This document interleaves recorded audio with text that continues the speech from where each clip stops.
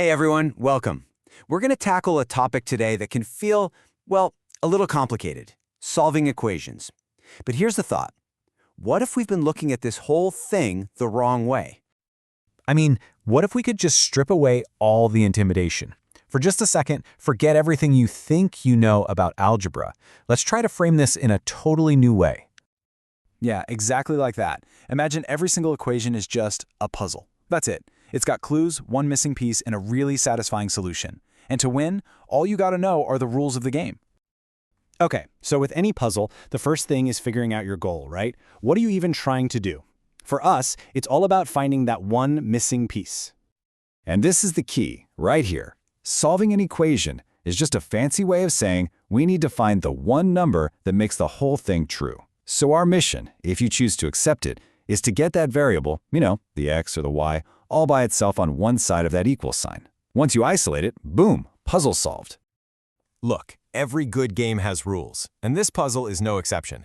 The number one most important rule is all about balance.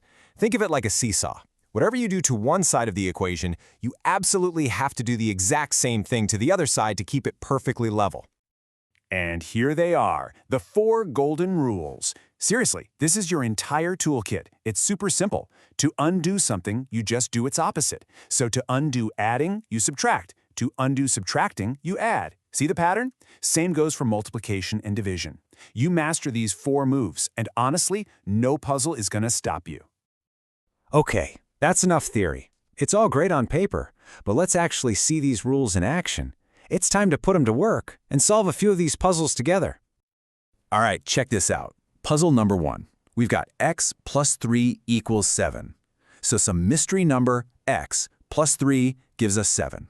The mission? Find x. So how do we get it all by itself? Okay, let's grab our toolkit. Rule number 1. To get x alone, we have to get rid of that plus 3. And what's the opposite of adding 3? Subtracting 3, of course. So we subtract 3 from both sides. Got to keep that balance, and that leaves us with x on one side and 7 minus 3 on the other.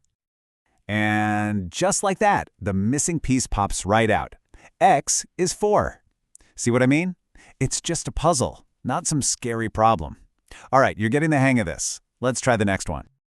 Okay, puzzle number 2. Now this one looks a little different. 2y equals 10. Remember, when a number is right next to a letter like that, it just means multiplication. So 2 times some number y is 10. So what's our move? Let's go back to our rulebook. How do we undo multiplication? With its opposite, division. So we just divide both sides by 2. That's the key that's going to unlock this puzzle and get y all by itself. And there it is. The answer is 5. It has to be, right? Because 2 times 5 is 10. Perfect. You're on a roll. Let's do one more. All right, last example puzzle. Z minus 6 equals 2. I bet by now you're already one step ahead of me. You know exactly what to do. What's the opposite of taking away 6? Yep, you got it. We use rule number 2. To undo that subtraction, we're going to add 6 to both sides. That gets rid of the minus 6 on the left, and on the right side, we're left with 2 plus 6. Which of course means our final missing piece, z, is 8. Look at that. 3 puzzles, 3 different rules, and 3 clean, simple solutions. It really is all about just knowing which tool to grab from your toolkit. Okay, so I think we've got the logic down pat. But this is where the source material for today's explainer gets really interesting. It actually takes a pretty surprising turn and suggests that this whole puzzle-solving mindset, it's not just for math. It connects it to a really old story about wisdom. It actually points to this quote from the story of Queen Esther. Now, she found herself in what seemed like an impossible situation, a real life-or-death problem for her people, and she was the only one who could solve it. But she had to play by the rules of the king's court, navigating them perfectly to have any chance of success. So, the connection the source makes is pretty cool. Esther couldn't just charge in, She had to make these careful, strategic, balanced moves to solve this enormous problem. And in the same way, we use our rules of balance, that same step-by-step logic, to solve for x. The big idea here is that this kind of clear, methodical thinking, it can be used to solve puzzles of any size, big or small. So, there you have it. You're armed with the mission, you've got the rules, and you even have a little bit of ancient wisdom on your side. I think it's time for the final challenge.